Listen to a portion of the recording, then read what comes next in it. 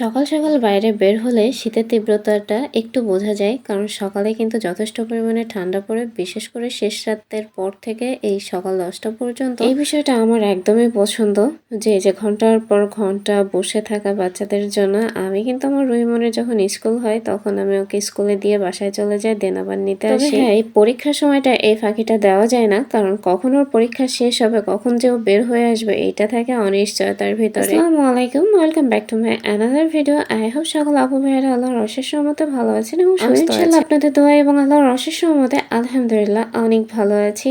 সকাল সকাল চলে গেছিলাম মেয়েটাকে নিয়ে পরীক্ষা দেওয়াতে, আর সেখান থেকে চলে আসছি। গতকাল ভিডিওতে ভয়েস দিছিলাম না, তো অনেক আপুরা আমাকে কমেন্ট করছে যে আপু তুমি কেন ভয়েস দাও নেই, তুমি কি অসুস্থ? কারণ আমার আপুরা খুব ভালো করেই জানে আমি যখন অসুস্থ হই তখনই আমি ভয়েস ওভারটা করি। হ্যাঁ, গতদিনের ভিডিও করার সময় আমি কিন্তু অসুস্থ ছিলাম না, ছিল হচ্ছে আমার রহিমনি প্রচুর পরিমাণে অসুস্থ। আর সন্তান অসুস্থ থাকলে মায়ের মনের অবস্থা কি হয় সেটা তো আপনারা যারা মা হয়েছেন তারা সবাই ভালো করেই জানেন। পাশে বসে থেকে কোনো রকম ভিডিও এডিটিংটা শেষ করতে পারছিলাম, কিন্তু ভয়েস ওভার করতে কেন জানি না পারছিলাম না। কারণ ভয়েস ওভার করতে হলে ওর পাশ থেকে সরে আমাকে পাশের রুমে যেয়ে তারপরে ভয়েস ওভার করতে হবে, যেটা আমি একদমই চাচ্ছিলাম না। যাই হোক, এই কারণেই আমার গত ভিডিওতে ভয়েস ওভার করা হয় নাই। আর এই যে স্কুল থেকে আসার পরে মেয়েটা আমাকে বলছে যে সে একটু ফল খাবে, কারণ সে প্রচুর পরিমাণে অসুস্থ, অনেক কষ্টে পরীক্ষাগুলো তাকে দেওয়াচ্ছে। আজকের এই পরীক্ষাটা ওর জন্য একদম অনিশ্চিত ছিল, কারণ গত পরশুদিনও ও রাতে বমি করছে, সারাদিন গতকালকেও জ্বর।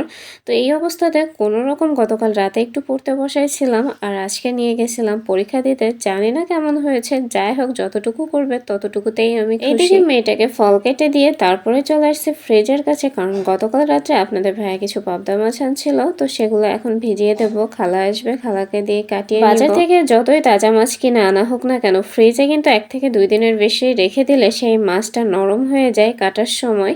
যার কারণে আমার মাছ যদি রাতে আসে তাহলে দেখা যায় আমি রাতে করতে না পারলেও পরের দিন সকালে খালাকে দিয়ে ঠিকই কাটিয়ে নেই। টুকিটাকি কাজগুলা শেষ করে তারপরে চলে আসছে ঘর গোছাতে। খুবই তাড়াহুড়া করে ঘরটা গোছাবো, কারণ হচ্ছে রুহিমনির আবার 2টায় প্রাইভেট আছে। ঘর গুছিয়ে রান্নাবান্না করে দেন আমাকে ওকে প্রাইভেটে নিয়ে ছুটতে হবে, যার কারণে হাতে একদমই সময় নেই। স্কুল থেকে আসতে আসতে 11টা বেজে গেছিল। এটা কি অফ ক্যামেরায় অন ক্যামেরায় দুটাতেই কাজ সেরে ফেলেছি। আসলে সব কাজ তো আপনাদেরকে দেখিয়ে করা সম্ভব হয় না, কারণ একটা সংসারে অনেক কাজ থাকে যেগুলা আসলে ভিডিও করতে গেলে অনেক বড় ভিডিও হয়ে যায়। আমরা যারা গৃহিণী আছি তারা কিন্তু কম বেশি সংসারের কাজ সম্পর্কে আইডিয়া আছে। একটা কথা বলি, ঘর বিছানা বা ঘরের সবকিছু ক্লিন না থাকলে আমার কেন জানি না মনে একটুও শান্তি আসে না। আমাকে অনেকেই বলে আপু তোমার ঘরটা সবসময় অনেক বেশি গোছানো থাকে। বিশেষ করে আমার স্কুলে যেসব ভাবিরা আমার ভিডিওগুলো দেখে তারা সবসময় বলে যে ভাবি আপনি ঘরগুলো এত সুন্দর করে গুছিয়ে রাখেন কি করে।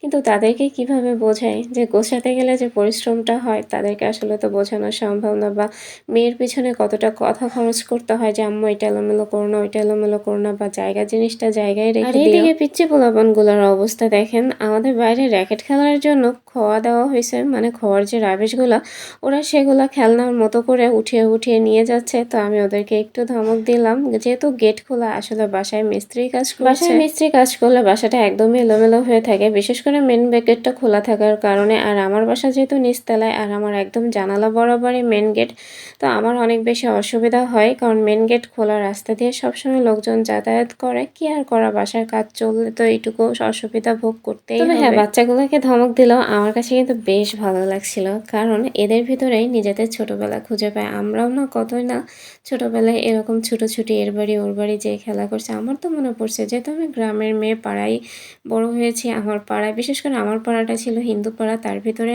আমাদের ঘরগুলো ছিল মুসলিম। তো কাকিদের বাড়িতে যেয়ে অনেক বেশি খেলাধুলা, তারপরে এমনকি গোসল করে কাকিদের বাড়ি থেকে আমি ভাতও খেয়ে আসছি। এই স্মৃতিগুলো মনে পড়লে ভীষণভাবে আমার ভালো লাগে। শীতকালীন অনেকগুলো সবজি কিন্তু এর মধ্যে খাওয়া হয়ে গেছে, বিশেষ করে সিম, মূলা, টমেটো তো সারা বছরই খাই।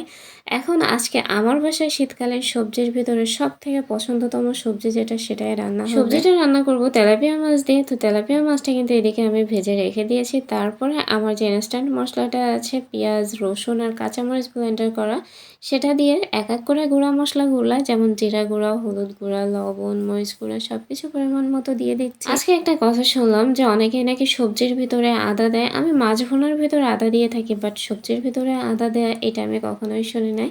আসলে আমি যখন মাঠে বসেছিলাম তখন অনেক বৌদি ভাবিরা বলছিল তারা নাকি সবজির ভিতরে, বিশেষ করে আমি যে আজকে সবজিটা রান্না করছি এটার ভিতরে তারা নাকি আদা দিয়ে থাকে। তবে হ্যাঁ, আমি আদা দেই না, কারণ সবজির যে একটা ফ্লেভার থাকে সেই ফ্লেভারটাও কিন্তু অনেক বেশি ভালো লাগে আমার কাছে মনে হয়।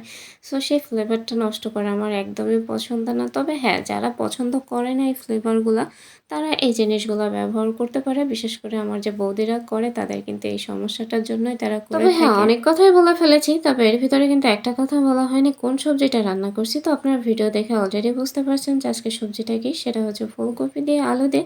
এটা নাকি কমন একটা সবজি। আমি কিছুদিন আগে ফেসবুকে দেখলাম যে শীতের কমন সবজি ফুলকপি, আলু দিয়ে মাছের ঝোল, সাথে হচ্ছে ধনিয়া পাতা। তো সেই কমন রেসিপিটাই আজকে, মানে রেসিপি বলবো না, কমন রান্নাটাই আজকে করছি। আমি ফুলকপি চেষ্টা করি সবসময় কষিয়ে রান্না করা। অনেকেই দেখি ঝোলের উপরে ছেড়ে দেয়, বাট আমি এই কাজটা করি না। কারণ যেহেতু ফুলকপিতে একটা আলাদা স্মেল থাকে, তো দেখা যায় কষিয়ে নিলে স্মেলটা কিছুটা কমে যায়। তবে আমার ফুলকপির স্মেলটা খুব বেশি একটা খারাপ লাগে না।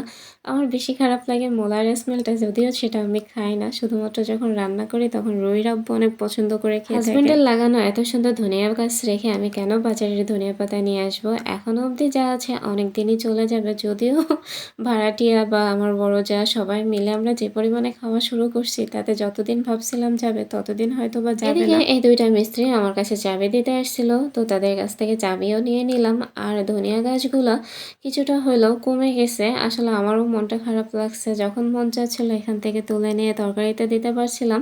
তো এরপরে চিন্তা করা লাগবে যে বাজার থেকে এনে তারপরে দিতে হবে। কি আর করা, গাছ তো আর সারা জীবন থাকবে না। আর আজকে একটা মাত্র সবজি রান্না করব, যার কারণে কিন্তু ধনিয়া শাকটা আমি আজকে বেশি করেই তুলছি।